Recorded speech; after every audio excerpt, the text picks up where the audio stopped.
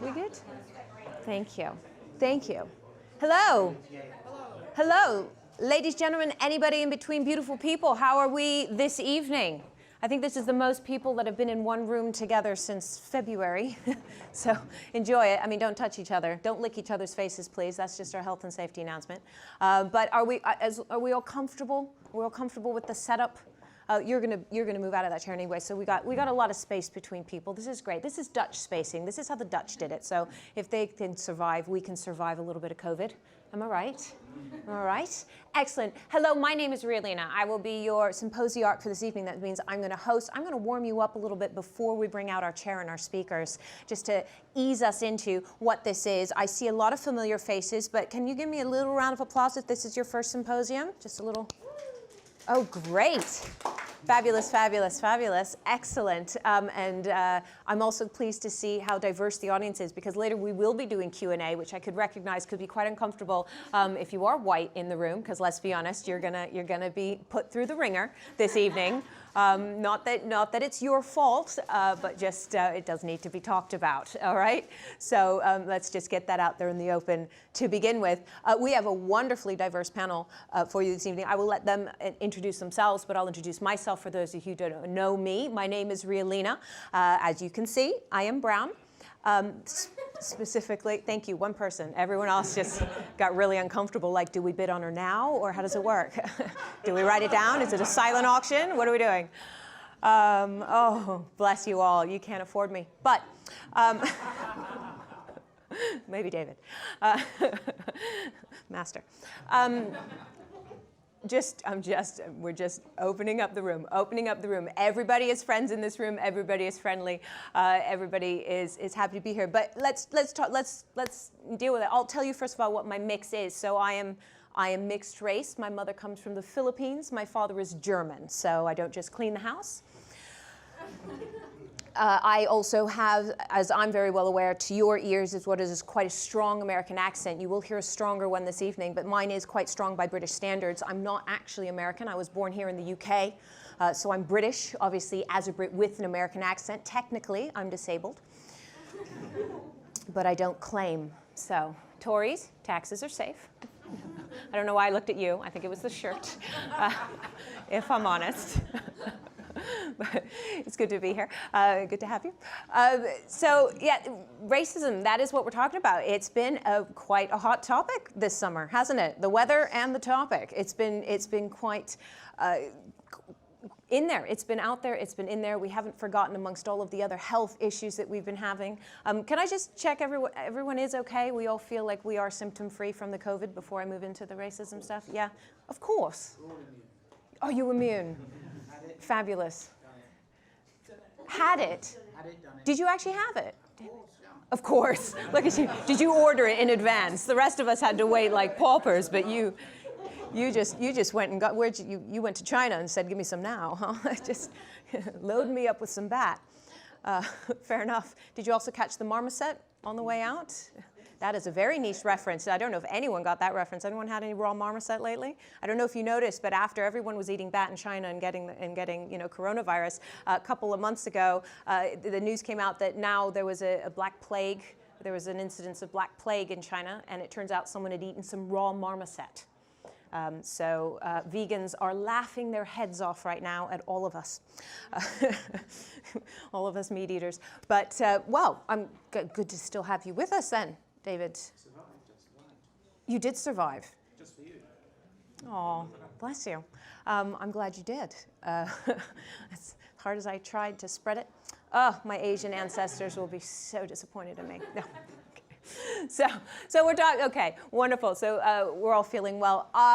Yeah, racism is the topic today. Racism is something that is often painted as a picture between white people and everybody else, which you can often, which you know by things like the term BAME. That may or may not come up this evening. I'm not a massive fan of the term BAME. We've all heard of the term BAME, I'm assuming, in the jobs that some people still, actually, the people that have not heard of it the most when I use that term, I find are usually people that are in the acronym. And they're the ones that go, What are you talking about? BAME standing, of course, for, some say black and minority ethnic, which I find very insulting. I prefer black Asian minority ethnic. So just spread that around, please, if you will. Rather strange that the same people who use the term BAME are the same ones that are offended by the term colored, because they mean the same thing. Really, it's just a way of grouping everybody that's slightly darker into one big pile. But for some reason, if you name them individually in an acronym, it's okay. Oh, WPs, what you like.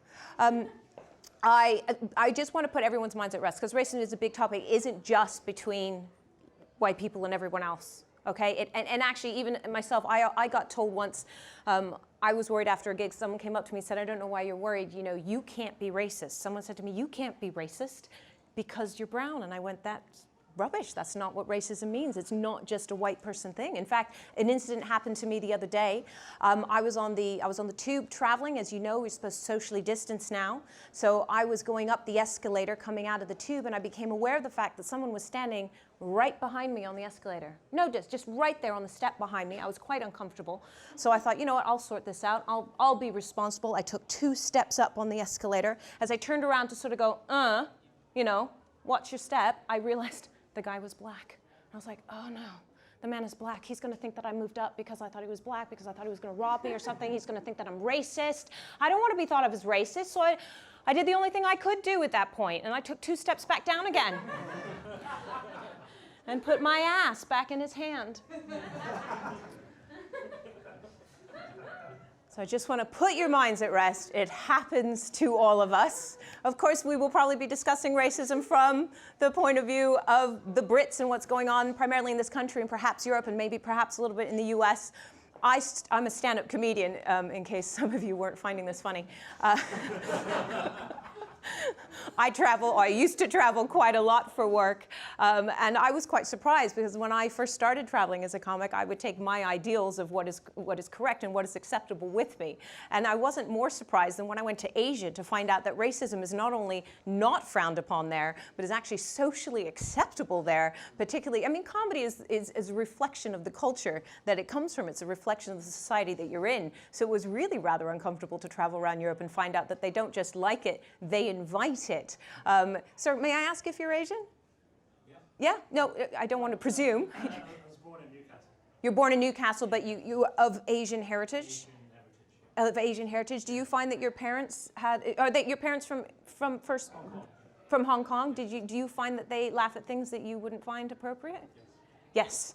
In fact, I was in Hong Kong gigging a few years ago, where this is where I came across it, as I was watching the different comedians on stage going, oh my gosh, this is not okay. You know, the guy from Hong Kong would get up and just yell at mainland China, and you know, all the mainland Chinese, and just like, you and your communism, and then someone from mainland China would get up and you know, and just yell at all the Hong Kongers. Yep, okay, Hong Kongers. It sounds wrong. Do you know what I mean? It's a bit like Jew. Everyone goes, oh, you can't say Jew. You can't say Jew. They're Jews. But everyone just sort of goes, do we have any Jews in? Hey! Half? Oh, well, I think she's full in the back, so she trumps you. But there we go. We have 1.5. And you put a hand up just to join in, did you? John? Me? No, you're not a Jew. You're just white and entitled. Yeah, okay. If I choose to be Jew, I choose to be Jew. Okay. Fair enough, right? Well, you know, these days you can identify however you like, can't you? Which is why I have to check if you even identified as Asian, sir. The rest of us identify you as Asian, but you identify as a Geordie. So I don't know if that's a step up or a step down these days. So I'll leave that to you, do your choices. So the mainland Chinese comics were getting up and yelling at the Hong Kongers, oh, you and your individuality, right? And I was just standing at the back going, this is really uncomfortable. You two shouldn't be yelling. Honestly, look at you. You could be siblings. Okay, a sibling is what happens when your parents are allowed to have more than one kid. All right, I'll leave. Okay.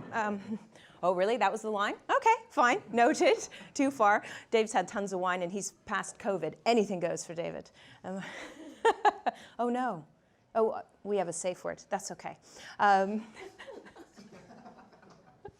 Right. Before I bring out your wonderful chair for the discussion this evening, if any, I would love to get to know the audience a little bit better for when we get to the Q&A. So is anyone, I shouldn't say this is not how you do it. In comedy, you just point at someone and go, talk to me, kind of as I did to you, sir. I put you on the spot.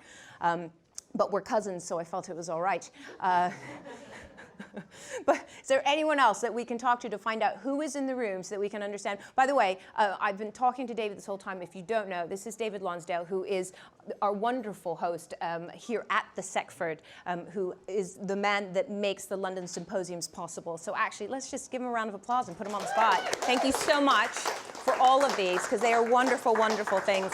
Anyone who's been to one before will tell you that, well, those of you who are first-timers, you will want to be on the guest list every time after this, and it's hard to get on. So thank you for this, and the room as well. Just, it always looks stunning and fabulous. By the way, some of these flowers are real. Am I right? These are real flowers. So all of these flowers are still alive. And we would very much like, at the end of the evening, if you like a bouquet, to take it with you, okay? Because we don't want them to go to waste. So please do help you, not till we've finished recording. Please don't wander up in the middle of the discussion and just like help yourself. But certainly there will come a moment where those will be available for everyone to use. So we've met the lovely David. We've met I'm sorry, sir, what's your name? James. We've met James. We've met David. Is there anyone else that we can meet before I bring out our chair and host? Oh, newcomers. Fresh blood. Hey, no, come on in. Come on in. We have a couple chairs for you here.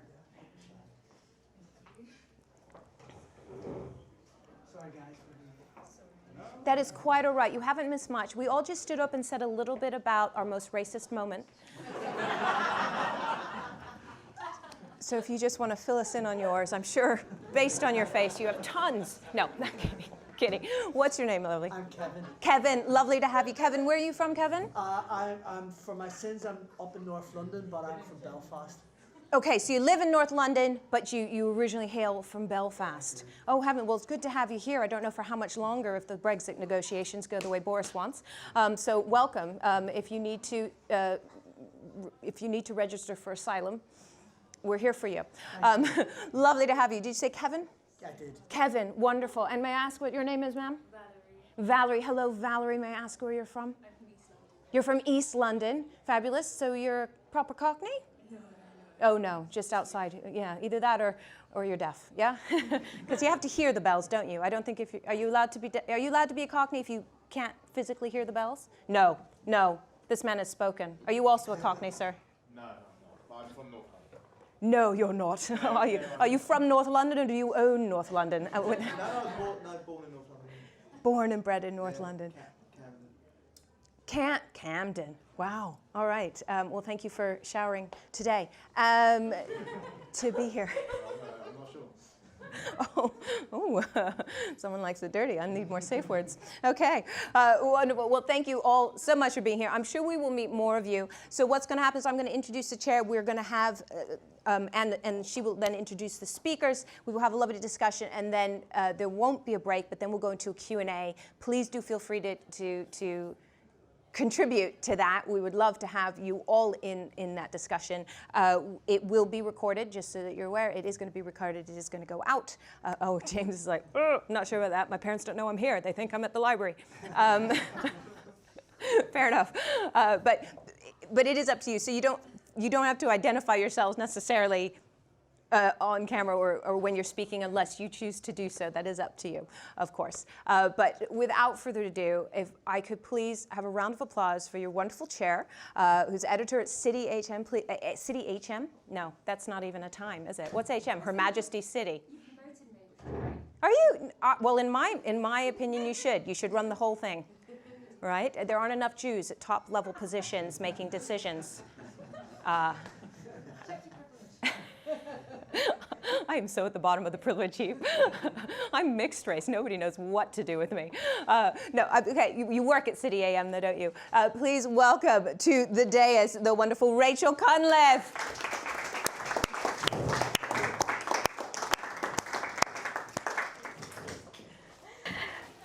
Thank you, Ria, and thank you everyone for coming to, well, it's certainly my first live event since this madness began, and one that I'm delighted to say is not going to be about vaccines, lockdown, social distancing, and the route towards the new normal, and nor unless it goes horribly off track. You mentioned the B word, which I was really hoping you weren't going to, about breaking international law and trade deals and the rest of it.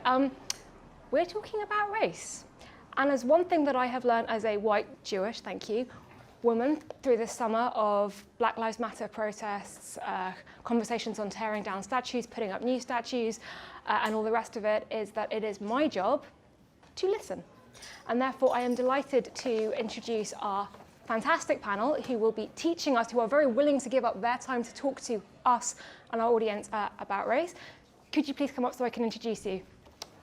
We have Inaya Folarin. Iman, come. Find a COVID secure way in. Columnist for Spiked, writer for The Telegraph, Daily Mail and elsewhere, regular TV pundit, and founder of the Equiano Project, which, and I'm going to get this right because you were very clear on this, is a forum that promotes freedom of speech on issues of race. And Ashok Kumar, lecturer at International Political Economy at Birkbeck University, author of Monopsony Capitalism, which is out in 10 days, published by Cambridge University Press, retailing at $29.99 and available in all good bookshops and on Amazon. All of them, yeah. At Inaya's request, Ashok is going to go first. Great, thank you. Ashok, with a predominantly white audience and a white chair, what can you teach us about talking about race? Well, I mean, the prompt for today was why I'm still not talking to white people about race.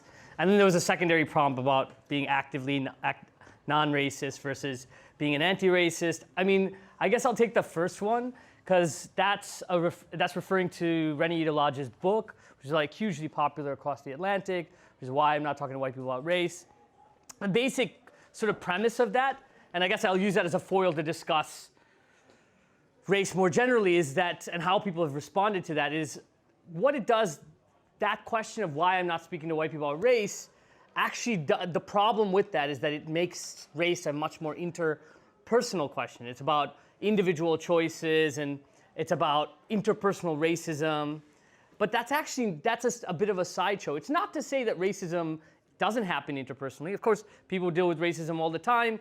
I mean, especially if you're a person of color in this country, you're dealing it especially from a young age, and then throughout your life, and then it goes from active racism that's much more visible to more kind of coercive or more kind of like sort of microaggressed forms of racism. I'm not saying that doesn't affect people and it doesn't affect people's lives, but what I'm suggesting is that actually what that does is it sidesteps the real question of how, if we're actually, and this is the second part of the prompt, if we're actually trying to be actively anti-racist and actually upend the existing sort of structures of racism, this is not the way to do it.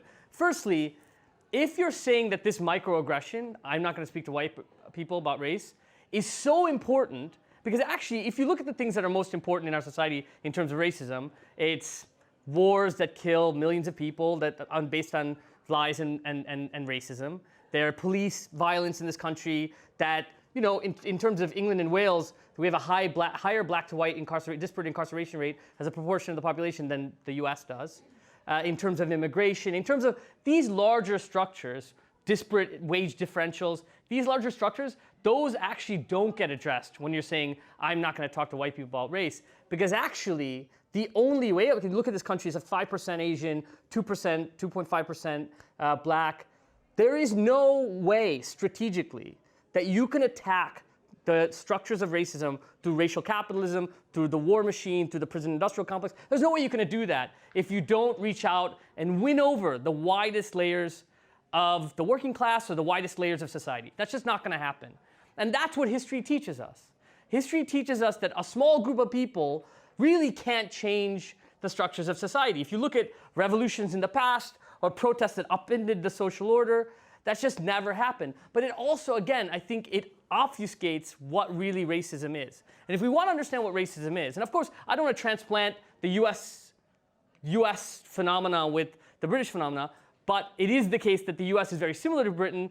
British people like to say, no, we're not similar because we don't have the kind of racism in the US. The fact is that the reason that the racism is so sharp in the US is because the 100 million indigenous people that were murdered in the US, the tens of millions of people that were brought over in chains as chattel slaves, that happened within the US. And so they had to deal with that within the US, whereas Britain could just outsource that all to the colonies. And they could basically be like, oh, this doesn't really affect us.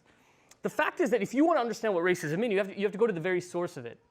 It happens in prior to the mid-1600s, the concept of race did not exist. You had groups of people that dominated other groups of people, but you didn't have the intergenerational dehumanization of any group of people in the form of chattel slavery anywhere in history. And this is well documented by scholars that know much more about this than me, but specifically Theodore Allen, I don't know how much time I have, Theodore Allen, which he describes, basically you have a group of chattel slaves from Africa that are brought over by the Portuguese in the mid-1600s that are treated basically slightly below the indentured servants that are brought over from places like Ireland and other places. And what you see is because you have a retrenched state, you don't have a state there at that time. You know, these are basically colonies, tobacco fields in Southern Virginia. And what happens is you see that the landowners are like, holy crap, there's 200, 300, 500 to 1, in which they're extracting and exploiting these people with no real police system and no state to regulate and ensure that these people remain subjugated and subservient. So they could feel the threat, and there are threats happening everywhere. So what happens is, it's very clear, it's well documented, is that they say, okay, we're going to construct this identity called whiteness. Prior to this, there was no identity of whiteness. Europeans were at each other's throats for thousands of years. They were fighting village to village, right? So they construct something called whiteness. And they give them the crappiest land, and they use the position of those white people to enforce chattel slavery. And that's when you have whiteness and blackness constructed. And fast forward 250 years to this US Civil War, you have white people fighting and dying in the mud for a system that keeps them from wage labor, keeps them from being able to feed their family, and keeps them impoverished, basically. So if you transplant that to the current context, it is fundamental that racism, and the reason why we had this system, is that it exists in order to divide people. And if you, going back to Rennie's point, well, I'm not going to speak to white people about racism, well, then you're not serious about anti-racism. Because if you want to fight the system, if we want to actually change the system, we got to win everybody over. It can't be this kind of pretext of, oh, I'm not going to speak to these people, I'm not going to win over those people. Yeah, we'll have uncomfortable conversations, but if you want to change anything, that's the only way it's going to happen. Thank you. Can we have a round of applause for Ashok, please? Okay, loads there, and I have faith that by the end of the evening, with your help, we will have solved racism. Anyway, constructing identities of race, the history of how we see each other, are we tackling it all wrong? Do we have to tear down capitalism in order to get a fully equal society? What do you have to say? Yeah, so I mean, to have an equal society, like fully equal, then I think obviously we wouldn't be able to live in a capitalist system. But I think to address the question specifically, so I guess it responds to what Ashok is saying, you know, based off of those historical circumstances, does that mean that fundamentally, you know, black people in British society are not able to attain all the different positions that white people can attain? So to address the question specifically, I think that the framing of the question is something that first I want to challenge.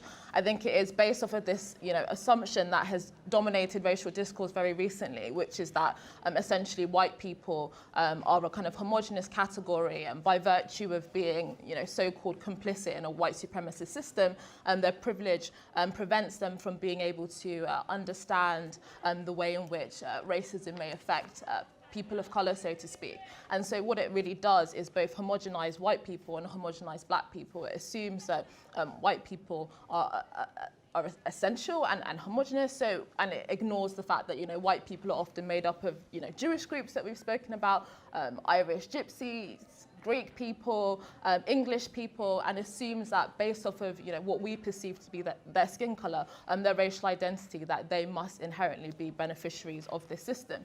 And it also essentializes black people as people that are victimized by society and experiences of oppression and racism, and obscures essentially the complexities of the heterogeneous nature of the black population in Britain, which is actually made up of people from very different patterns of migration for very different reasons in very different parts of the world. And I think that it reflects essentially a degraded view of the universalist conception, which was championed very much in the liberal tradition of anti-racism, which emphasized our common humanity and recognized that, as human beings, we all can empathize, and that's what's essentially unique about us as human beings. We can project our imagination and at least imagine what it might be like to be discriminated against, how that might feel, and how we can respond to that as equals. And that was what the fight was, and that's actually what so much of the progress has been, is emphasizing our common humanity. So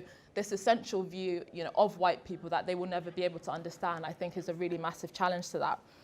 But the sympathy that I have with the question is, I think that in some ways it implicitly recognizes this issue of responsibility, which I think has become in some ways a dirty word in the conversation about race. And I think actually just talking to white people, so to speak, about race, which has been very much part of this emphasis over the last few months, does nothing to do with, does nothing to actually solve many of the issues that are disproportionately plaguing people that are racialized as black. So, for example, more likely to come from single-parent households, more likely to participate in some forms of violent crime.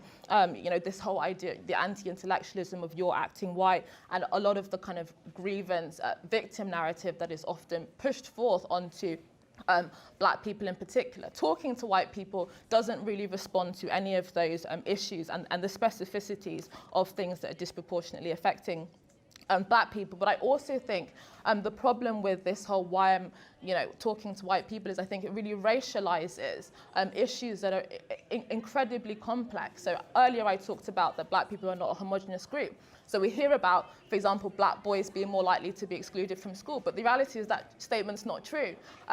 Black Caribbean boys are, but black African boys aren't. And actually what we see British Nigerian educational attainment is actually much higher than the population at large. And so when we often racialize these things and see it in the way of black and white, we're very much obscuring all of those socioeconomic complexities that kind of Ashok talked about. But so I think the fundamental definer of socio outcomes in this country is actually one of class, not of race. And I think actually the emphasis on race is playing a very dangerous game. I think it's actually massively undermining solidarity between people of different groups. I think it can lead many black people in particular to kind of internalize this sense that the society is structured against them, and therefore they're not really able to succeed, and almost why bother. And I think these are really dangerous narratives that are actually starting to really shape the conversation.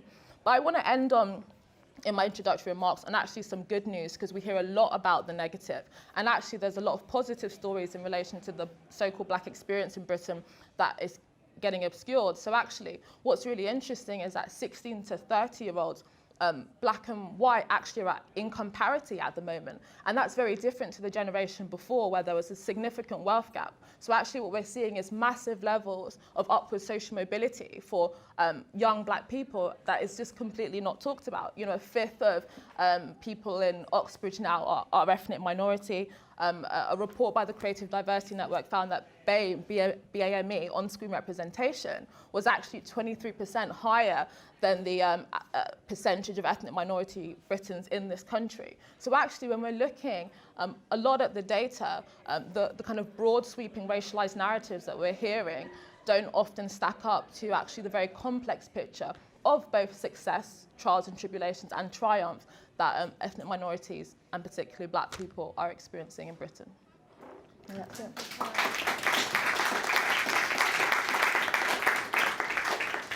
Thank you. It has been so long since I heard any positive news about anything. That was really uplifting. Loads here, and I'm sure you've got lots to say to each other. And as Ria said, we do want to open this up to questions and as much of a discussion as possible. But just to start with, you brought up, Ashok, how Britain and the US are actually more similar than perhaps we might like to think in this country. This latest round of conversations about race was sparked by the killing of a black man by US police and the Black Lives Matter movement. The US, which obviously has a legacy of slavery and segregation, it has turned into something in this country that is about tearing down statues, rewriting school curricula, and whether the white singer Adele can wear her hair in a certain way to celebrate Notting Hill Carnival. Do you think that those differences in history and legacy matter? What are the fundamental issues that sort of cross the Atlantic, and what are the differences? Well, okay, so first, I guess to address some of the points that were said a little bit earlier, it's not, I think that I don't disagree that when we're talking about how to combat the system, it's like only focusing on race, it's not, what it does is it often can erode solidarity. I don't deny that. But Stuart Hall, the great British cultural theorist, said that race is a modality in which class is lived. It's not, you can't disarticulate class from race, really, to a large extent.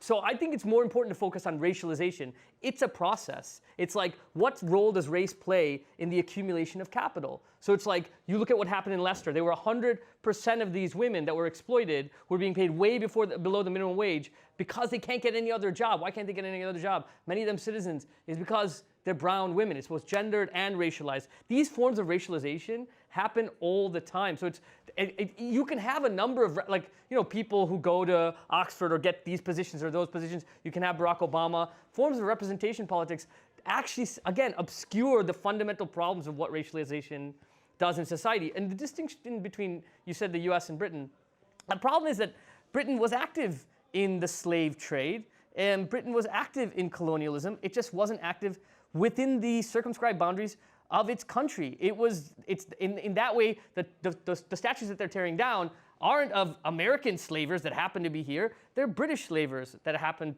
to be here who made their wealth through the enslavement of black people. So it's like, I don't think that distinction stands. I do think that the pushback against against Americans talking about cultural appropriation with Adele tells you that there's a distinction between the British tradition and the American tradition. The American tradition is much more wedded to this form of kind of liberal identity politics, whereas the British tradition does have forms of contestation. And it was really refreshing that people were pushing back against that. It was absurd, right? That people were like, oh, she can't wear this, and people who were involved in Notting Hill, from the Afro-Caribbean community, were like, shut up, Americans. And I was cheering that on. But I think I think the distinction needs to be made, but it can't be made to be like absolving. Look, it's not about guilt. It's not about being like, it's like there is a reason. When I talk to white people, generally they're like, oh, that's in the past. I'm like, okay, if you believe that there's no effect on the present, then you have to explain why disproportionate poor people in this country, and yes, you talk about black Afro-Caribbeans, there's a distinction with Asians. For example, I'm Indian American, but I've lived here for a dozen years. Indians are very different from Bangladeshis, not because Indians are more capable, it's just about waves of migration. The highest infant mortality in the rate in the country, the lowest life expectancy rate, highest poverty rates, highest malnutrition rates in the country by a mile for any group are Bangladeshis. And that isn't because Bangladeshis are seen as fundamentally different from Indians. It's about waves of migration. So it's like, it is certainly the case that you have to say, okay, why is it that there's certain groups, racialized groups, in the world, but also in this country, that have so little, and there's certain groups, like white descendants of the aristocracy, for example, who have so much. Is it because they're brilliant? Is it because we're stupid and lazy? No, there has to be a historical reason for that. And all BLM in transitioning towards a more kind of reparative model is saying, that needs to be made amends, not just by tearing down walls or tearing down statues, but redistributing that wealth that was fundamentally taken. Can I say something, Asher? Yeah. I think this is a very difficult subject, but I do find it strange that everyone goes back to slavery, because no one is interested in slavery now. No one really has any thought that slavery was a good idea now. Yeah. I find it interesting how different racial groups perform extremely well. So one of the groups that have been extremely suppressed in history was the Jewish group. The Jewish group now, certainly in this country and in America, is on all levels doing extremely well. Extremely well. Something like a tenth of High Court judges are Jewish. About a quarter of the Court of Appeal judges are Jewish. They do extremely well. So I'm simply interested in answers to these difficult questions. I mean, actually, some people object to even asking these questions. It came up a little bit, the differences between how different, actually, poor white boys are doing really badly. White boys are doing really badly in London at the moment. So actually, the who performs well is a very complicated subject. But I don't now think it's anything to do with historical slavery. It can't be, because the Jews were the worst treated people, and yet they're now, throughout the world, doing economically extremely well. On the Jewish question, I think that it is certainly the case that you had a group of people in Europe historically that, because of Christendom and also because of the Abrahamic tradition of marginalizing usury, right, forms of usury, and this is written extensively by Yuri Shchetsky's book, Jewish Century, if you want to check it out. It's probably the most seminal text on this. But basically it says that, and this is very well and robust, this is not very contested, is that you have a group of people that were marginalized because usury doesn't really matter in the slave mode of production. Usury doesn't really matter in the feudal mode of production. Usury only becomes valuable under capitalism. And so you had a group that were marginalized because the Abrahamic tradition actually says that this is, it's disallowed. And so what you have is then a group that is marginalized and can only do this because they can't find other forms of labor because they're so marginalized. Once capitalism comes, they're in a position of relative power. Now, that's not. That's very offensive. I mean, that sounds like. Oh no! It's not to suggest that people. It's not to suggest that people weren't hugely marginalized and pogroms and the Holocaust. That's not denying any of that. But this is a well-documented history of. But whereas the enslaved people, once slavery ends in 1863 in the U.S., they still are what people would call a reserve army of labor. They're ghettoized, they're used as lumpen proletariat, they're never given full-time labor because they're always used as a reserve army for the full-time labor of white workers. And that happens up until the present. You have this ghettoized population that continues to be ghettoized because of the legacies of slavery, because they were treated. A great text on this, if you're interested, and I'm not trying to academize this, it just shortens my explanation, is a book by Patrick Wolf, the Australian scholar, called Traces of History, where he compares the treatment of indigenous people who, through miscegenation and forms of genocide, because they wanted their land, are still continued to be treated that way, both in Australia and the US. Whereas enslaved populations continue to be treated as labor because they were brought as labor. Can I just bring in, Okay, sorry. no, just to bring us back and make sure that because you had some things to say about Black Lives Matter in the US and I guess, and how we have imported something into our culture here. Yeah, so. And then we will come back to the history of slavery. But yeah, I did want to quickly respond to that. I think, this is one of the problems, I have with this conversation. I think it's a really fatalistic, deterministic idea that, because your ancestors experienced something that necessarily that must keep you in a state of kind of self-sabotage in the present day. And again, I think that these are very disempowering messages. I think it's not obvious to me that because something may have happened to either my mother or my grandmother or my ancestors, that must mean that I must then, experience society in a particular way. And I think that this is part of the problem, the role of agency, and actually it reflects to me a very degraded view of the human being, where we are just passive recipients of a kind of pre-existing structure that defines us. And I think there's always a kind of dialectic, but I also think that actually human beings are agents, and I think that we can shape our lives and society in really fundamental ways, and we actually see that in the way in which many of people are able to actually transcend those kind of perceptions that are put upon them. And also, fundamentally, we can't change the past, and I think that we have this kind of obsession with history as a way to kind of dissolve people of their responsibility in the present day, and I think that's incredibly dangerous. I think that, of course, we need to understand how history might play a part in shaping the present day, but ultimately we need to have a future-oriented kind of positive vision for the future that I think, again, transcends these kinds of racial categories often. But also I wanted to pick up on the point about America. I think I really disagree. I think America and Britain are really fundamentally different And I think, you know, as was talked about, African Americans in particular have a relatively homogenous history. You know, they can trace themselves to really the foundational creation of America through slavery and Jim Crow and the legacy of that. But again, as I mentioned earlier, the black population, so to speak, in Britain isn't like that. So of course, they have relationships with Britain as a result of kind of colonialism and to some extent slavery as well. But often the black populations that came to Britain often came for a specific reason. So when we're talking about in the post-war years, you know, Windrush, and they often came as you know, low-paid, low-skilled workers, and then you often, really in the last 30 years, the black African population have come. Actually, 2/3 of black Africans in Britain were born abroad. So we're talking about a relatively young, a relatively new population coming frequently from countries that are actually already very poor, that started from the bottom and came with, you know, huge beliefs and aspirations. And that's why we often talk about that aspirational immigrant story. And actually what's really interesting is that when there was kind of laws against interracial relationships in America, more black Caribbean men in Britain actually had relationships with white women than they did black Caribbean women. So there's actually a very strong culture of mixing, particularly like black Caribbeans and black and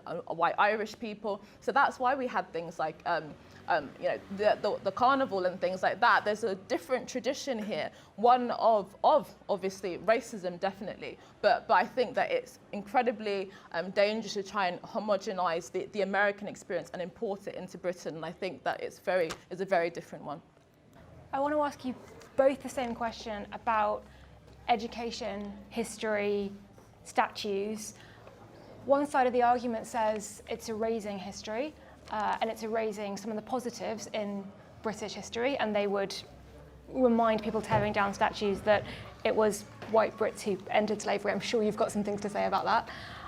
The other side says, no, it's contextualizing history, or it's indeed remaking history by showing that this is what happens to statues and what today's society thinks of it all. Similarly with school curriculums, how we teach the empire, how we teach slavery in the US. If you were trying to write a school curriculum or trying to teach people today about the history of racism in a way that was relevant and helpful and constructive for today, where would you start? I think I would agree with many things Ashok said in terms of that, you know, race as a concept was emerged out of very particular economic and historical circumstances, and it's not this kind of perennial, immutable, fixed category of existence that we think it is. But I really want to respond to the decolonize the curriculum point. And again, this is part of the problem with the debate. It's very much about kind of one-dimensional, simplistic narratives, but actually when we, again, delve deep into these arguments, it's frequently not what is the case. So for example, there is the only thing that's compulsory on the British curriculum is the Holocaust. So actually, there's no prescribed curriculum for what schools teach. It often depends on the school, and they decide by a list of different options what they decide to teach. But actually, colonialism and slavery and all the things that happen with that is actually an option, and many schools do take it. But actually, history as a GCSE, for example, isn't even compulsory. But actually what's interesting is more black kids actually take history as a GCSE by proportion than white kids. So there's no evidence that, that the history curriculum has somehow, you know, impeded on black kids' self-esteem. And there's also no research whatsoever to show that including slavery and colonialism in and of itself improves kids' self-esteem or academic ability. A lot of these things are generally a red herring, but actually, again, we do live in a very open society. So the argument being put forward that maybe we should open up the curriculum in different ways, at the very least, is being paid attention to. For me, these aren't examples of a society that is closed off, rigid, and, you know, seeking to entrench racial exclusion in this country. But on top of that, the one about the statues, again, I think that this, again, keeps reflecting a very degraded view of black people, that somehow the existence of historical figures that express a reality of history should somehow make us feel victimized and offended. I think that actually history is a story of triumph and terror and all of these complexities, and they make up who we are. And I think that history should be told as truth, not to serve a particular ideological agenda, and definitely not to build a racial identity. Interesting that you said that the Holocaust was the only bit that's compulsory. I think it's been a while since I did GCSE history. I don't think my school covered it at all. So Really? No, not at all. Asha, any of that? I don't disagree that we should tell the story of history. I just think the story of history is both the erecting of statues, but the story of history is also the tearing down of statues. I mean, I don't think anyone here would protest the tearing down of statues after the fall of the Third Reich. I don't think people would protest the tearing down of statues after the fall of the Soviet bloc. Certainly, I'm gauging the politics of the room. I don't think that's the vibe I'm feeling. But I think it's, the erecting of statues is just as much of history as the tearing down of statues. It's actually recognizing historical mistakes.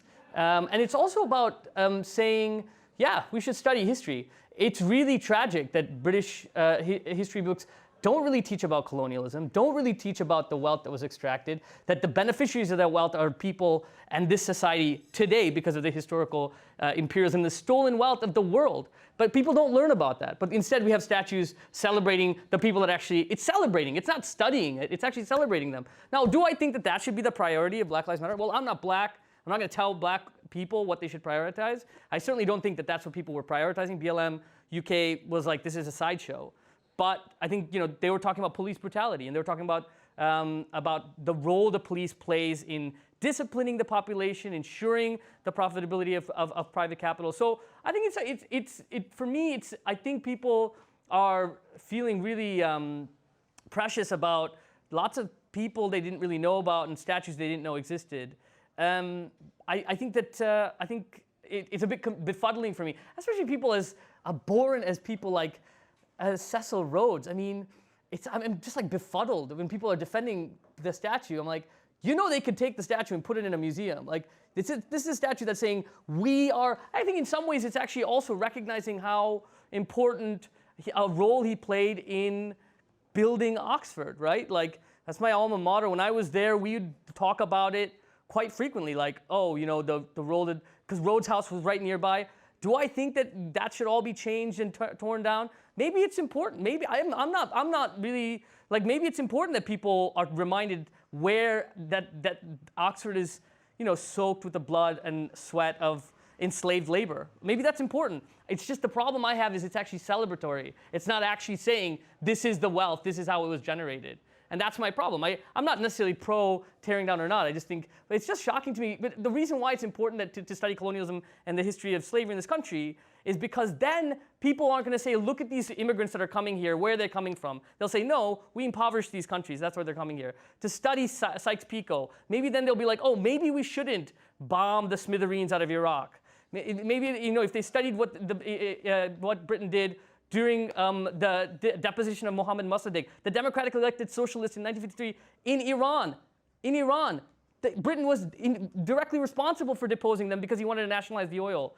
But if this country actually studied that, they'd be like, oh, maybe we shouldn't join the US in bombing the smithereens out of Iraq and killing 1 million people. So I think that it's not that history exists in abstraction. It is relived over and over again unless we study it. And that's why it should be taught. An iron response, and then audience, I am coming to you.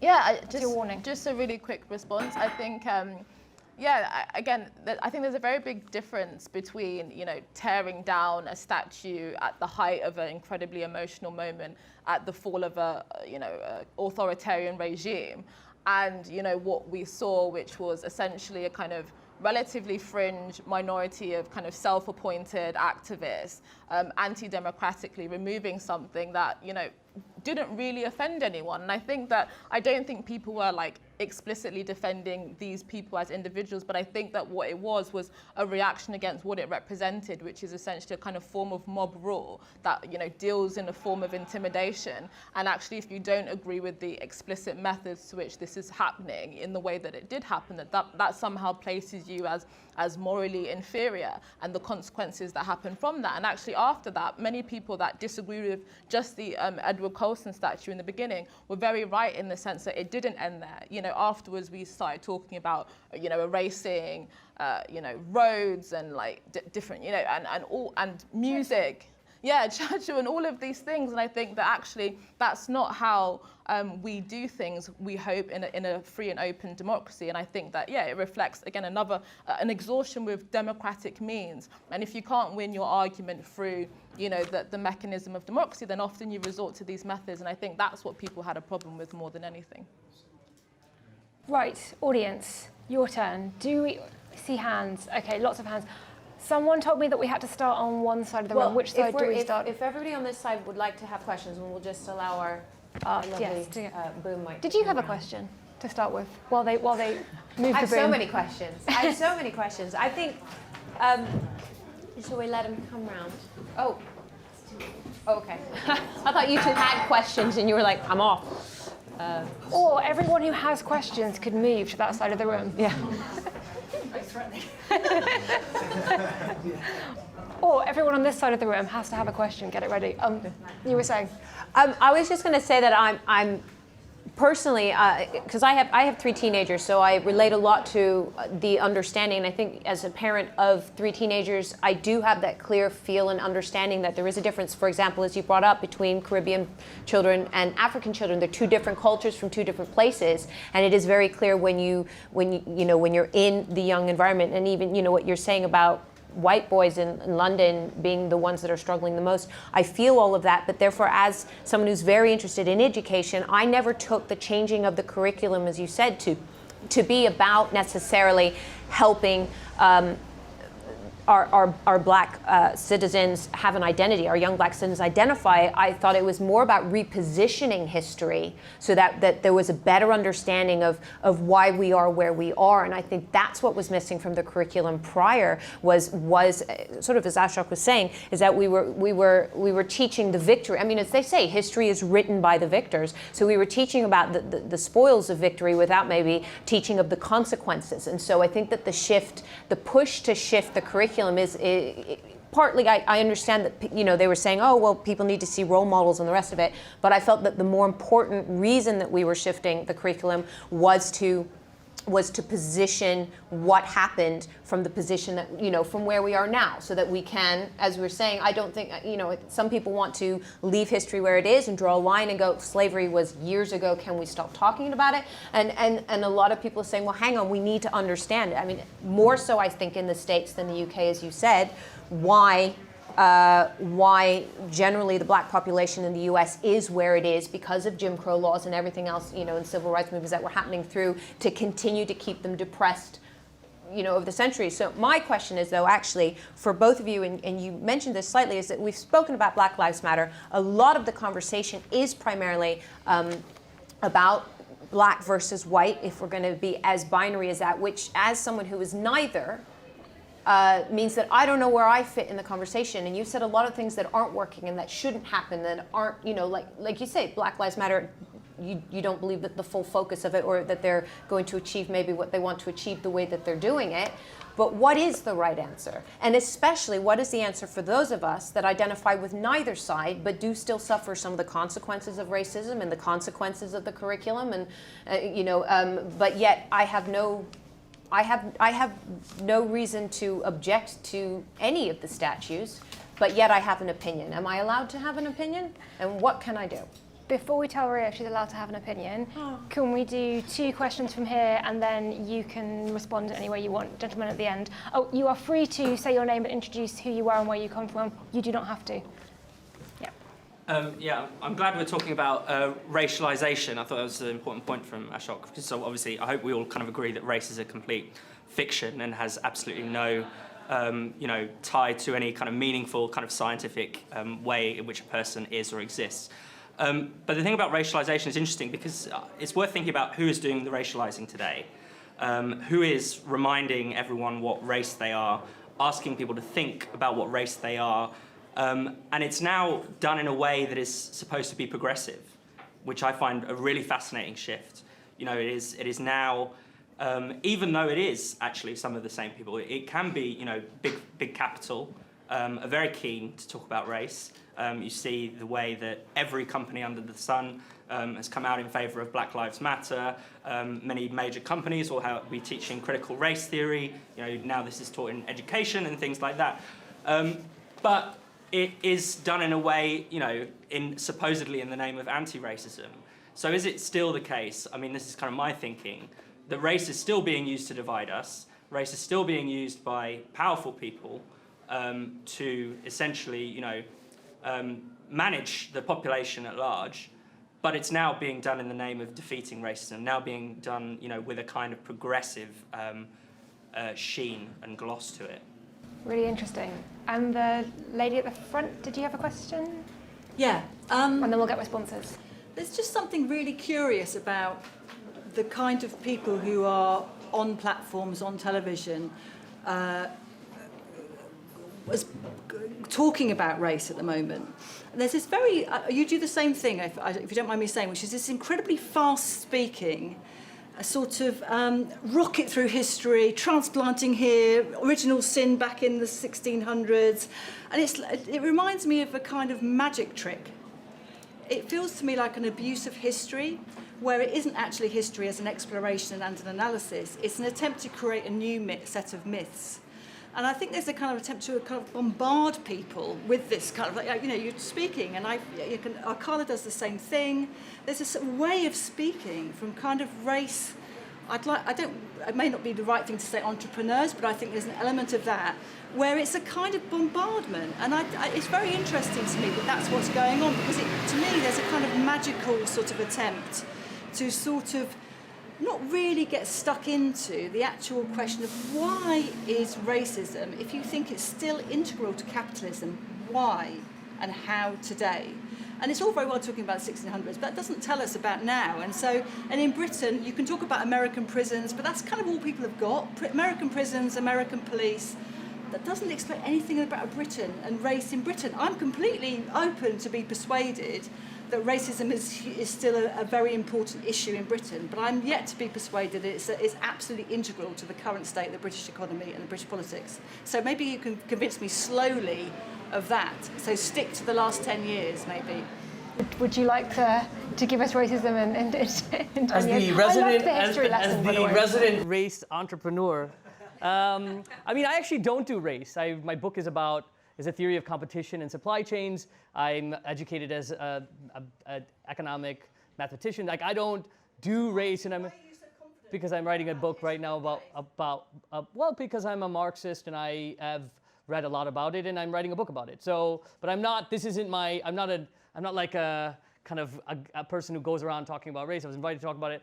So to counter the race entrepreneur claim, but I understand the two claims that are made here about the role that race is playing in terms of how it's changing and its uses. I think that to not understand race as a historical, I'm not treating it as immutable and transhistorical and universal. I'm saying different. No, I'm not saying. I'm saying, okay, I'll answer that. It's that if you don't analyze it from a historical lens, you are reproducing the logic of identity politics.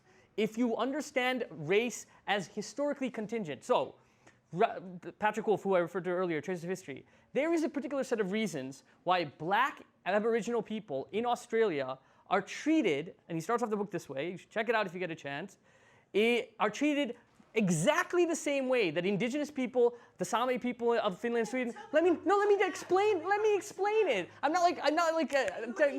trying to explain it to you because I'm trying to explain it slowly so that you can understand it, because I was clearly speaking too fast for you. But in the US, indigenous people are treated the same way. So it's not about proximities to whiteness, right? It's a material relation. There's a particular set of reasons why black people in Britain are criminalized at a higher rate than the US as a proportion of the population, England and Wales. Why is that? Why aren't poor Bangladeshis, who are poorer than black people in this country, why aren't they criminalized at the same level? Because there's a different form of racialization, because historically, black people were enslaved, and that treatment as a labor force, this is the argument Patrick Wolf makes, and I'm very sympathetic to.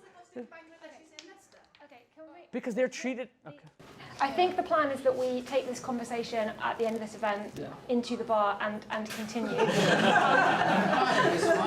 or indeed, actually, I just want to give Eliza a chance to respond to your point and also to Ria's, I think, and then take some more questions. A few. So I would say that I think we need to be a bit more generous to one another. I actually think that most people, by and large, understand or recognize vaguely the historical realities of, that slavery happened, and that might in some way be linked to some of the reasons why there are certain social dynamics. And I think that, the obsession with history, again, I do think it does very much obscure the reality of how we move forward in the present day. And I actually think, so I think, the over-focus on history only resolves part of the story. But I think to answer your specific question in terms of, where would you fit? I think that the solution to this is very much the liberal tradition of anti-racism. I think it's unfortunately become unpopular due to the rise of identity politics and whatnot, but that's actually what caused most of the progress that we had in relation to race. It was emphasizing our common humanity. It was a kind of idea of equality under the law, and this very kind of Martin Luther King idea of the content of your character, not the color of your skin, and making race less and less meaningful as a concept. So it becomes something like, your hair color or your eye color. And I actually think that was working, and I think that does work. And I really do believe that actually when race is discredited as a concept, that's when we then start to be able to deal with the things that we've been talking about. And actually to answer the point that was made by Fraser, I very much agree. I think that actually the process of racialization is most vociferously now happening from actually those that would identify as the progressive left. We have this idea of critical race theory and intersectionality, which puts people on a hierarchy of oppression based over their identity category. As Helen Pluckrose says, they argue that race is not did racism happen? It's how did it emerge? So the assumption that racism permeates through all levels of our society, and it's essentially something that could never be overcome. And so race then becomes institutionalized in the form of, quotas. When you fill out an application, you tick your racial category, and then the importance of race as a meaningful concept never really goes away. And I think that actually that's not the way that we respond to racism. But again, to also address your specific point about you still dealing with racism, I do think racism obviously still exists. But again, we have to take a much more broader perspective, at least in the last 50 years. If we look at all social attitude surveys, racism is, as an attitude, in long-term decline. The political parties that most represented, repatriation and overt racism are incredibly discredited as a political force. So actually, even if racism still exists, when we're looking at it at a trajectory, it is genuinely, on the decline as something that impedes the way that people actually can attain various social positions. So I think we genuinely need to have some perspective here when we're looking at the picture of how it plays out in Britain. There were a couple of questions, yes. And anyone else who has a question, put your hand up now. Just you, sir. Okay. Thank you. Thanks for all that. Fascinating points. There's so much to say about it. It strikes me that after the killing of George Floyd and the demonstrations in June, there were really two strands to this whole debate that got mixed up. One is the one that emphasised the fact that racism is probably more pervasive in this country than many people had thought.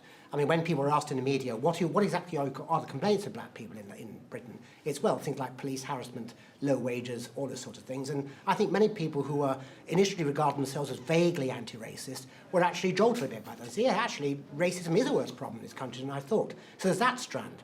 Then there's the other strand, which is much more theoretical. And that's where things like critical race theory get in. Because there are people like Kehinde Andrews, who pops up a great deal on the media, who's been saying, we have to decolonize our minds. And we have to sort of expurge ourselves of our whiteness. And so whiteness becomes no longer an ethnicity or skin colour, but a worldview. You get these two things running together. Now, I happen to agree with you that we need the liberal framework. But the problem with convincing people of that is that the liberal framework tends to be associated with the view that tends to deny the extent of racism. People who say, racism is a problem, but it's not that bad. And I believe, of course, I don't believe in judging people by their race. Those are what liberals might say. It ought to be possible, I think, to adopt a liberal framework and say, no, we don't need new epistemologies, we don't need new theories of truth to recognise that actually racism probably is a worse problem in this country than many people had thought. People who consider themselves anti-racist weren't aware of the rate of police picking up black people and so on. And it's a good thing they're made aware of it. The problem, it seems to me, I don't know whether you agree, is that these two levels of debate have got mixed up. And so people became paranoid about seeming to be saying something that they really weren't. I mean, on either side. And this always happened to Me Too as well. It happens to all these movements. It ought to be possible, I think, to disentangle it. And we had, sorry, one more question at the end.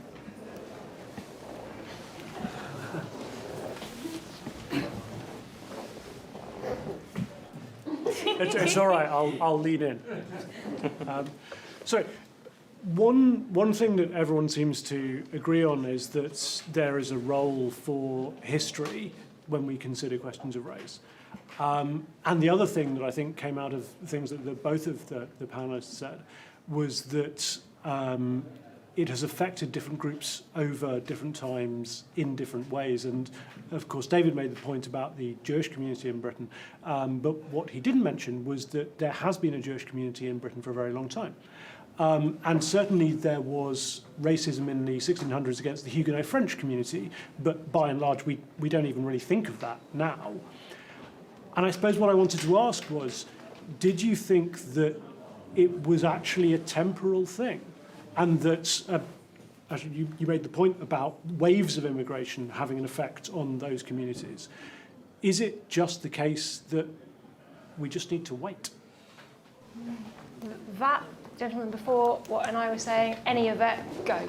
Okay, so I think on the question of temporality, of course it's temporal. Like the problem, I think, and I have the same critique you have of people, the black nationalist tradition that I assume Kahindi Andrews identifies with, is that they treat these categories as fixed and trans-historical. So do we need to decolonize our minds? Well, I mean, decolonizing our minds, he borrows heavy-handedly from Biko. I like the Biko tradition of it. His decolonizing of minds assumes that white people have some kind of white psychosis, which is insane, and also it's actually reproducing the logics of eugenics that we find from white nationalists. But I think that on the temporality question, of course it's shifting. There's a brilliant text, I keep referring to this stuff like a boring academic, but called How the Irish Became White by Noel Ignatieff. It's a seminal text.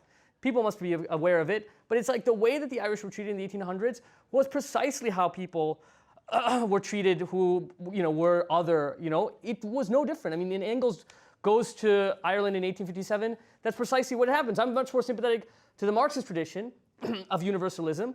As Marx says, famously at the end of the manifesto, he says, look, workers of the world, unite. You have nothing to lose but your chains. He's not saying like the post-colonial tradition, oh, well, no, some places they might like chains. Oh, some people might like this. The specificity. He's saying, no, everybody, whether you're white or black, everybody doesn't want to be chains. That's what we can use to liberate ourselves from oppression or exploitation. So I think the last point I would say is the question around, this is kind of, I think, another epistemic confusion here, in the sense of we're confusing the historical critique from certain people of, I would say, the black and brown bourgeoisie or intelligentsia who have a vested interest. I'll tell the story myself. When I was growing up, the racism was very intense. Then I get to college, and all of a sudden I'm like, whoa, it's actually beneficial to be brown. There's certain social capital to be brown. And all of a sudden, I'm interested in reifying and making durable these categories, even though 99% of brown and black people around the world suffer because of the durability and reification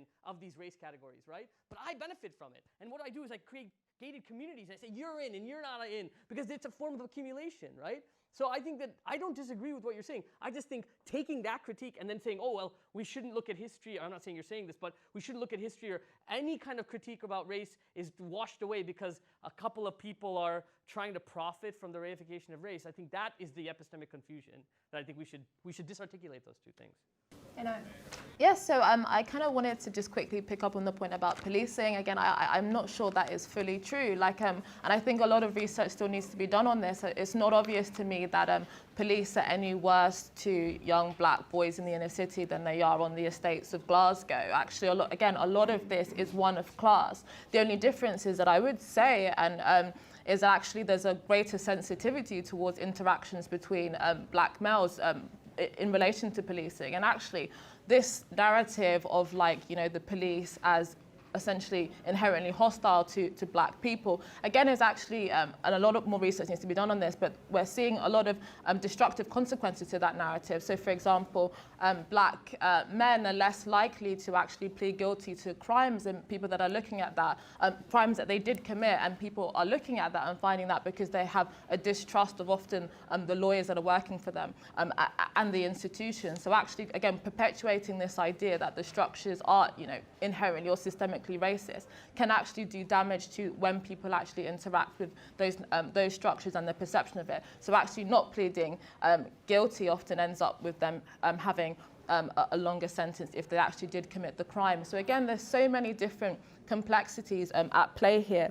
But I think I would agree with the statement that was made about actually sometimes we do need to wait. So actually British Chinese and British Indian people actually have the highest median household income than all ethnic groups. So it's not actually white groups. And there's something Dr. Rakib Ehsan says. He actually believes that British Indians have actually attained the integration sweet spot, which is actually being deeply entrepreneurial and interested in business, but also keeping many of the traditional family values that keep communities strong. And I think similar things have been within the kind of black African communities, but again, we've seen differences in other communities. So again, I do think that many of those issues, at least in relation to the way race plays, are ones that have specific solutions or specific things that can be rectified that isn't necessarily overthrowing the entire system. So yeah, on that. If there's one more question, yes, and then we will wrap up. It's just a question. I mean, it's all really interesting, and I really liked what you said at the beginning, Ashok, because you were talking about the need for unity between black and white people to fight racism, which I completely agree with. So I'm not quite sure why, and you talked about how you realised that you benefit from being brown when you went to university, and I wonder what you think the difference is between being black in the US and in here, and it doesn't seem to help your argument. I don't see how. You seem to be putting up an artificial barrier, because it seems to me that racism in Britain is very different, isn't nearly as bad as in America. So I'm not quite sure why you seem to want to elide the difference and to make out that the Britain and America are the same. So could you please say something about what is the difference between the two experiences, and what do you think the differences are between racism in Britain and here, and in America rather, and here? Thank you. I think we actually had one last question. Yeah. Two last very quick questions. Well, I just wanted to come back to the gated thing that you mentioned and to ask you about how that works in today's sense. Because if you look at the gating process and the way that cities were developed, for example, over the past century or so, then the people inside the gate who are gated off have very much been the kind of white people who want to segregate themselves from the mass of the city and take themselves away. But it's interesting just now, I think, that if you look at the gating process that started to go on very recently, then the people who want to segregate themselves are actually activists and black people. So, for example, last week in America, there was a move in an American university to build separate halls of residence for black people to segregate them from white people within the university. So it's back to the point on racialization just now, and just kind of how it happens today, because it does seem to be a very significant shift from that thing that Inaya mentioned of content of your character and get rid of the color of your skin, now to color of your skin becomes the dominant ethos, and we have to think of ways to organize society around that. So I wonder just how do we account for that? Lady next to you, very quickly. Yeah, I just wanted to ask a topical question, given the whole last night of the proms drama. We'll all be singing Land of Hope and Joy when this is over. So it was just about why it seems kind of toxic now to be proud to be British, and obviously I don't think anyone kind of blinks an eyelid when someone says, oh, I'm really proud to be Scottish, or I'm really proud to be from, I don't know, Turkey or wherever. It does seem like it's now toxic now to kind of have this kind of proud British identity, and sort of I've wondered kind of what the panel thought of that, and why it's all right to be a nationalist if you're in Scotland, or if you're in Greece, but you can't really be kind of proud to be British if you're, you know, English.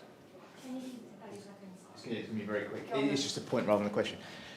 The big issue as I see it, we're talking about people not knowing about certain periods of history, is the absolute collapse of historical study in this country, full stop. Go and ask some children about much more recent things in the history of slavery. Ask them about dates in World War II. Ask them about the Cold War. Ask them about anything. The collapse of study has been a disaster in this country in the way it's taught. That's a broader point. And there are many things also we don't study in history. I'm for more history. The more, the better. Every aspect of it. But, you know, how much do we know about the Ottoman Empire? How much do we know about the extremes of the extreme left-wing movements that caused death across Europe on a grand scale? How much do we know about Stalin, Pol Pot? The Chartists, the working class movements in this country, where are they taught? Working class traditions, they're not taught either. The thing we've got to get through to people is that learning is a lifelong endeavour. Don't make it something that's taught at you. Do it yourself. Get on that voyage and pick up books, explore. And until people are encouraged to do that, we're going to go around in this circle endlessly. And that is wonderful, because that brings us to closing remarks. You can respond to any of those questions, anything that we've talked about, and also, if it's not too much to ask, something practical, something constructive that we can all do going away from this to make the world a better place. Inaya, we start with you.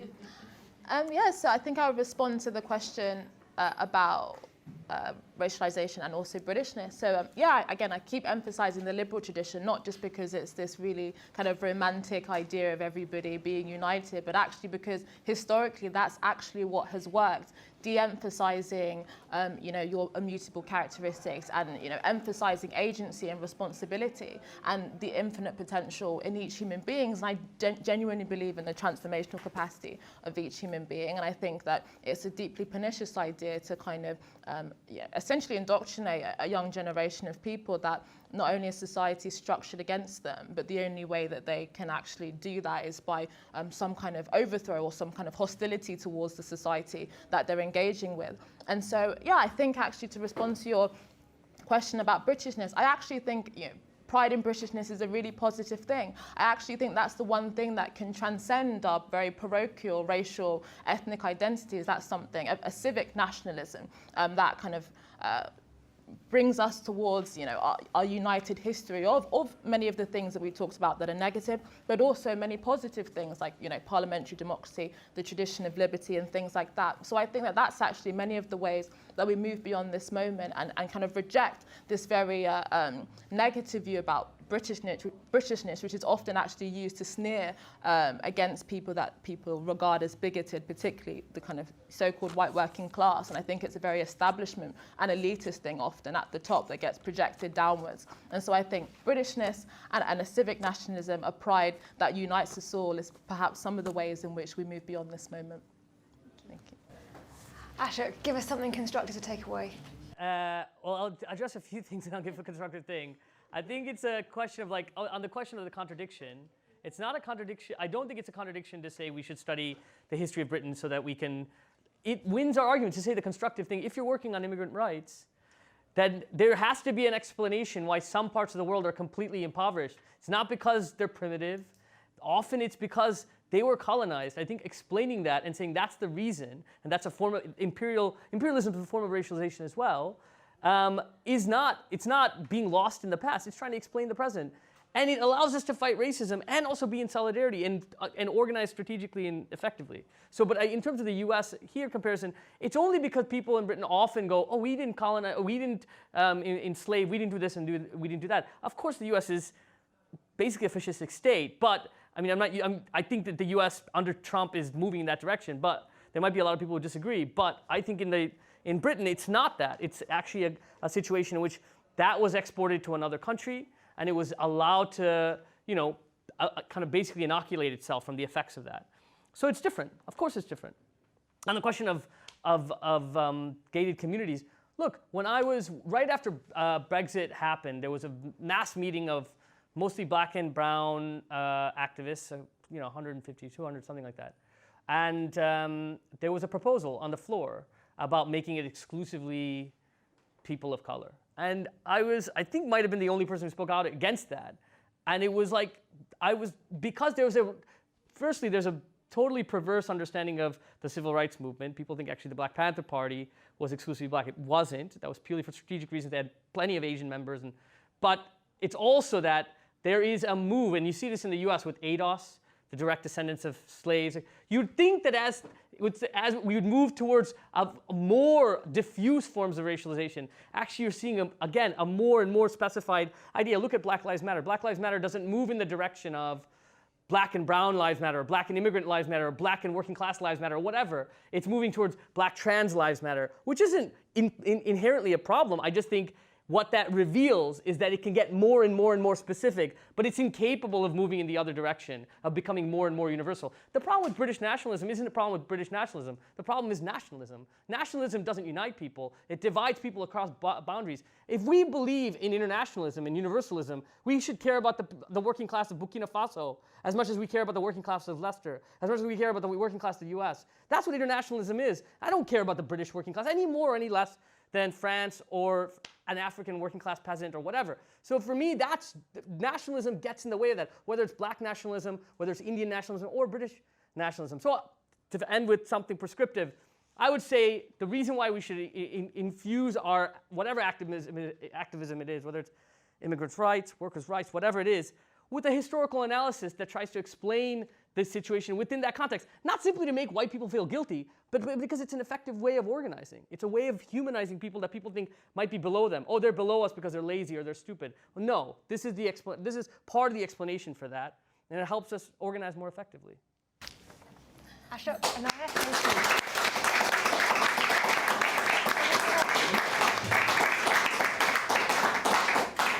We all got to have a drink, is that right? Definitely. Oh, good. We gave at least one of you water, but two of you we made work without water. So clearly, not a lot has changed. So let's fix that problem right now. Everybody in the room, we invite you to continue the conversation. Yes, just let you know if you're at the debate, if you want to get something from the bar, just say you're at the debate and you won't be charged.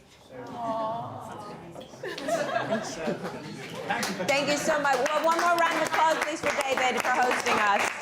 But please do join us. Yes, please